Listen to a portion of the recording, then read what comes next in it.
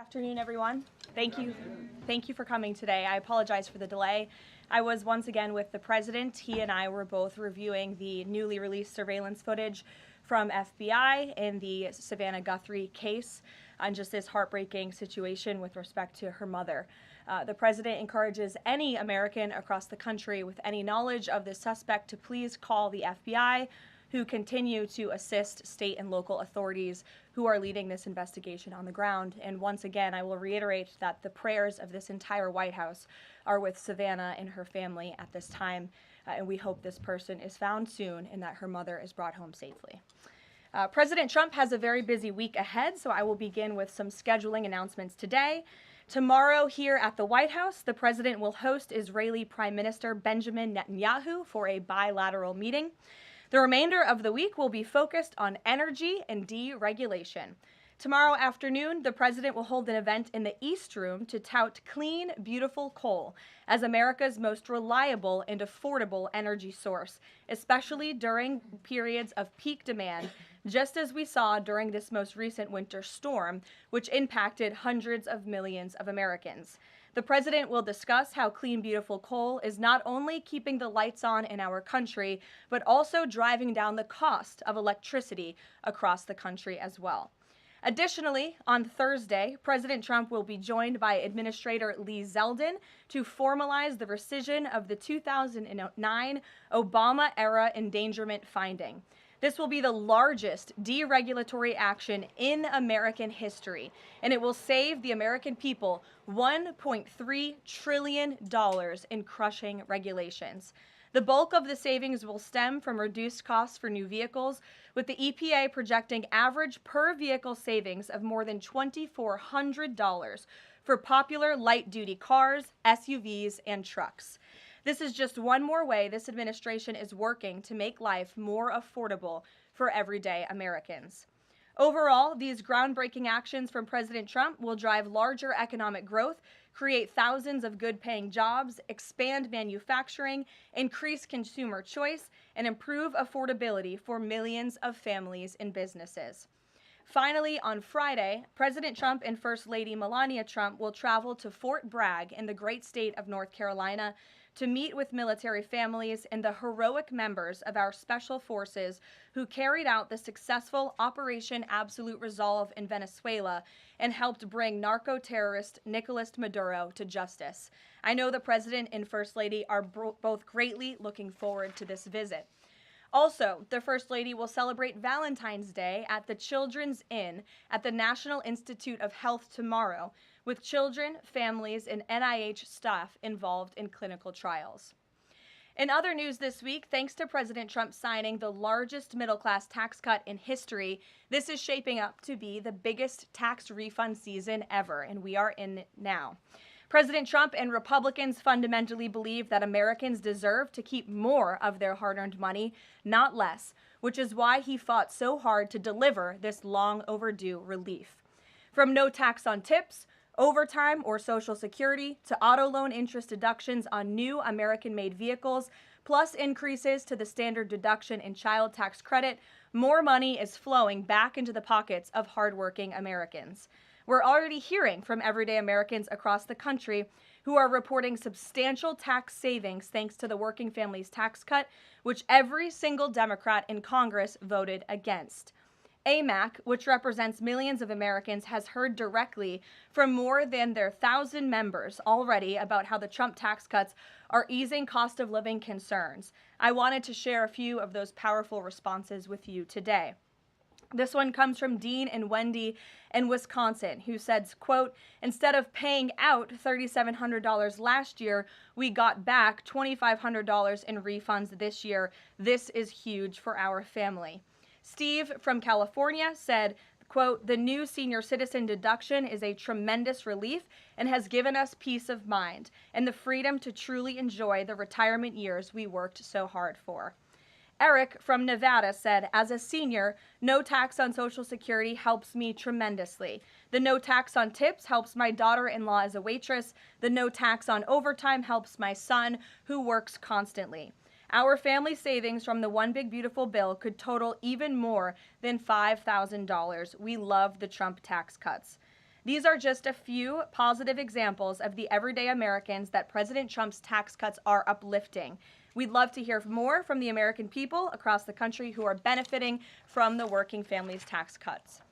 The White House is also pleased to share that parents across the country can now officially apply to open a Trump account for their child. In order to apply, parents can visit trumpaccounts.gov and fill out the IRS form 4547. These Trump accounts are special investment accounts aimed at providing American children with a jump start on building wealth for life. They have all the tax advantages as a traditional IRA account, but are specifically tailored to build wealth the moment a child is born.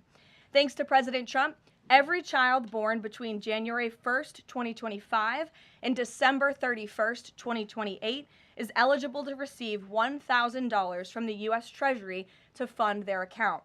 Parents, guardians, and even nonprofits can then contribute up to $5,000 per year.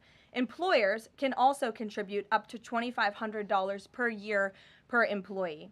President Trump believes there is no better investment than investing in our nation's children. If you are a parent who maximizes contributions to your child's Trump account, its projected value could reach nearly $1.1 million by the time your child turns 28 years old, based on average historical stock market returns. Safe to say, the Trump accounts will give a substantial head start to position the next generation for a brighter future. And with the stock market exploding under President Trump's pro-growth policies, there has never been a better time to sign up for an investment account like this. The Dow Jones just shattered 50,000 for the first time ever on Friday, and the S&P 500 and the NASDAQ continue smashing record after record. So with President Trump in charge, Americans' 401ks and retirement savings are booming once again, and these new Trump accounts for America's kids will boom too. So with that, once again, every parent should go to trumpaccounts.gov today, and I'm going to put it on my own personal to-do list to sign up for one as well. With that, I will take your questions. Karoline Downey from the National Review is here. Thank you for being here, and why don't you kick us off? Thank you for having me. On the criticism that immigration enforcement has become arbitrary or not particularly prioritizing, Democrats have been circulating the statistic that only 14% of illegal aliens arrested under this administration are violent criminals, but we know that in deep blue cities with progressive district attorneys, it's common to plead down serious violent crimes into less serious offenses, which could be distorting those numbers. So given that backdrop, does the administration still stand by the messaging that you're targeting the worst of the worst, and does this prevailing narrative tell the whole story? Well, thank you for bringing this up, Karoline. I've seen this CBS report floating around. There's a lot of liberal talking heads and pundits and Democrat elected politicians who think that this single story and these statistics and the way they are painted is somehow a shot at this administration. It is not, and let me correct the record. Number one, the Trump administration has been clear from day one that any illegal alien present in this country is subject to deportation. However, the priority, of course, is going after the convicted criminals, the worst of the worst, the murderers, the pedophiles, the rapists in this country. Interestingly, in the CBS story, what the Democrat talking heads on television are not saying is this line. Nearly 60% of ICE arrestees over the past year had criminal charges or convictions. And among that population, the majority of the criminal charges or convictions are for nonviolent crimes. Oh, well, what are nonviolent crimes, you ask? This has coincided with what DHS has been saying all along, that approximately 70% of illegal aliens arrested under President Trump have pending criminal charges and or prior convictions. And these so-called nonviolent crimes, drug trafficking, distribution of child porn, burglary, fraud, DUI, embezzlement, solicitation of a minor, and human smuggling, just to name a few. So just because a crime is not violent in nature doesn't mean that crime is victimless. And I can guarantee every single person who is out there on television right now pointing to these statistics that were taken out of context by CBS News would not want an illegal alien convicted of the distribution of child porn or fraud or DUI living in your community. So the Trump administration will continue our focus on deporting all illegal aliens present in our country with a focus on the worst of the worst criminals. Thank you for being here. Gabe. Karoline, thank you. And thank you for the update on our colleague Savannah Guthrie's mother. Is there anything more you can share? You said the president was reviewing that surveillance footage. What was his initial reaction when seeing those disturbing images? And does he believe that that suspect acted alone? I haven't talked to him specifically about the second point on whether the suspect acted alone or not, so I don't want to weigh in on the president's thinking on that. His initial reaction, of course, as all Americans, is just pure disgust. And again, it's heartbreaking to see now this footage really bring to life a story we've all been reading about. And again, we're just praying for the safety of Nancy Guthrie and that she will return home soon. And the president directed me to please encourage all Americans with any information to call the FBI, and we hope that this case will come to a positive resolution as soon as possible. We, of course, have a lot to talk about in a completely separate topic. I was hoping you can clarify something that's come up over the last several days, again, regarding a separate topic, in the Epstein files. According to newly released files, the president had a conversation with the Palm Beach police chief in the early 2000s, according to the police chief in 2019. The president has gone on record before, and he's told reporters that he said that he had no idea about Jeffrey Epstein's crimes. During this conversation with the police chief, however, he did say, according to this recounting of it, that thank goodness you're stopping him. He also called Karoline Maxwell evil. So my two questions are, did that conversation with the Palm Beach police chief happen? And can you explain the discrepancy? What I will say is that the president has always remained consistent, and that he kicked Jeffrey Epstein out of his club at Mar-a-Lago because, frankly, Jeffrey Epstein was a creep. And unlike many other people who are named in these files, President Trump cut off his relationship with Jeffrey Epstein and was honest and transparent about that for years and years. And so I think what the president has said all along has always remained true.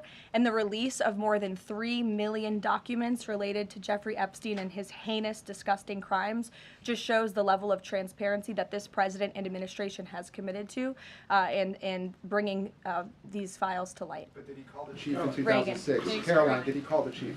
Look, it was a phone call that may or may not have happened in 2006. I don't know the answer to that question. What I'm telling you is that what President Trump has always said is that he kicked Jeffrey Epstein out of his Mar-a-Lago club because Jeffrey Epstein was a creep, and that remains true. And this call, if it did happen, corroborates exactly what President Trump has said from the beginning. And I'm sure many of you, when you read that alleged FBI report, probably thought to yourself, wow, this really cracks our narrative that we've been trying to push about this president for many years. So we're moving on from that. Reagan. Thanks, Caroline. I want to ask you about the SAVE Act.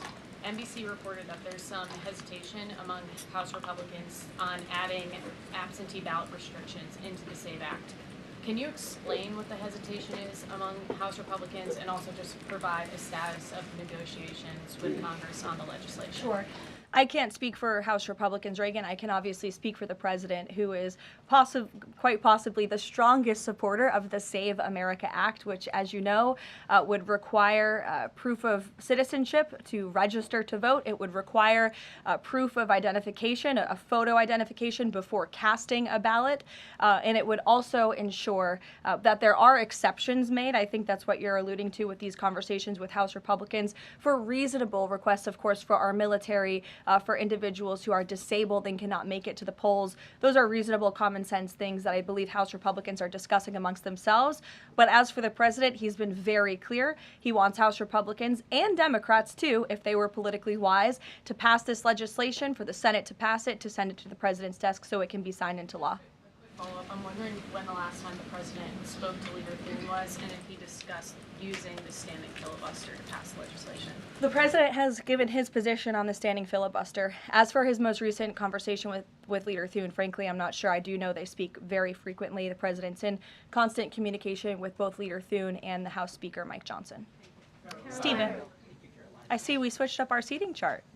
Your direct line of sight now. Congratulations. Response Association for recognizing the New York Post's reach. I've got two questions for you, one about the Guthrie case and then another about infrastructure.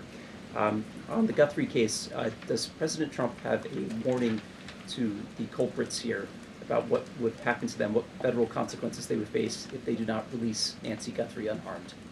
I think anyone who was involved in this depraved crime, this abduction, of course, we want to be seen held to the fullest extent of the law possible. Infrastructure, can you explain why President Trump asked Chuck Schumer to help him rename Penn Station and Dulles Airport after himself? Why is he interested in having his name on those two buildings? And why are the Gateway Tunnel funds the proper point of pressure to get that to happen? To your first question about the renaming, why not? It was something the president floated in his conversation with Chuck Schumer. As for the funding, the president has addressed that separately himself. Danny. Thanks, Caroline. Today, the vice president's account posted and then deleted a tweet about the Armenian genocide. And then last week, President Trump's Truth Social account posted and then deleted a racist video about the Obamas. And the White House again blamed that on a staffer. I wanted to ask you, does the White House have a social media problem at the moment? Do you have an auto-posting problem that's leading to these mistakes? No. As for the Armenian tweet that you're referring to, I would just refer you back to the White House's message that was issued on Armenian Remembrance Day, and there's been no change of policy at this time.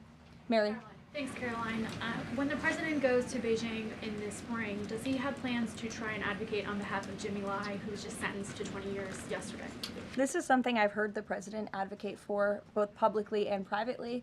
I had the honor of being in that meeting with President Trump and President Xi in South Korea that took place, and this was brought up by the president himself. It is important to him, and he looks forward to visiting China in April.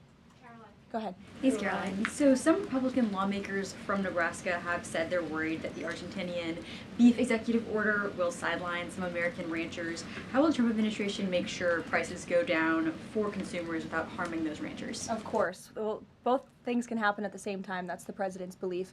He wants to see prices come down. In fact, I just overheard him on the phone with Secretary Rollins. They were talking about something different, but he's always saying we got to make sure that prices continue to come down. As you know, Secretary Rollins successfully did that with respect to egg prices. Beef prices are coming down slightly, and the president wants to see that continue. He believes that a minor import to the country with cattle might be a short-term solution with respect to bringing down prices, but of course protecting our American cattle and rancher industry is a priority for the president, and he's in touch with those stakeholders. We've had them here at the White House a few times in recent months to discuss this issue directly. John. Thanks a lot, Caroline. Yesterday, the president on social media threatened to block the new Gordie Howe Bridge, which would connect Detroit to Canada. This is a bridge that was fully paid for by Canada. It used American labor to construct it. It used American steel to construct that bridge. The president in 2017 was actually in favor of this bridge, part of a joint statement that he put out when he met with the Canadian Prime Minister. Why has the president changed his mind as it relates to this bridge? I think the president was very clear and direct in his truth, John, but just to reiterate, the fact that Canada will control what crosses the Gordie Howe Bridge and owns the land on both sides is unacceptable to the president. It's also unacceptable that more of this bridge isn't being built with more American-made materials, even more so than what President Barack Obama committed to with the Canadians at the time, at the start of the project. He also believes that the U.S. should own at least half of the bridge, have shared authority over what passes across it, and participate in the economic benefits generated by its use. This is just another example of President Trump putting America's interests first, and so he made that very clear in his call with Prime Minister Carney earlier today. Phil. Thank you, Caroline. Sure. DHS Secretary Kristi Noem just posted a photo of herself signing the last contract to build the border wall between Laredo, Del Rio, and Big Bend, Texas, among reports that construction had stalled. Is the president satisfied with the pace of construction? The president wants to make sure that the full border wall is built as quickly as possible, of course. I know this is a priority for him dating back to 2016, and so absolutely he wants to ensure that the border wall is built under budget and ahead of schedule is how President Trump likes to view building projects, and that includes the border wall. Is he satisfied with the pace of construction thus far? I think the president is never satisfied. He always wants to ensure that things are moving along as quickly as possible, but I know Secretary Noem is on it, and she's doing a great job. Thank you, Caroline. You're welcome. Sure, go ahead. Thank you. Charlie. On the Nancy Guthrie case, is the president satisfied with the federal and local investigation so far? And has there been any more contact from the White House or the president with the family? I don't think anybody will be satisfied until this case is brought to a close and until Nancy Guthrie is returned home safely with her loved ones. Contacts? Has the president contacted the family since?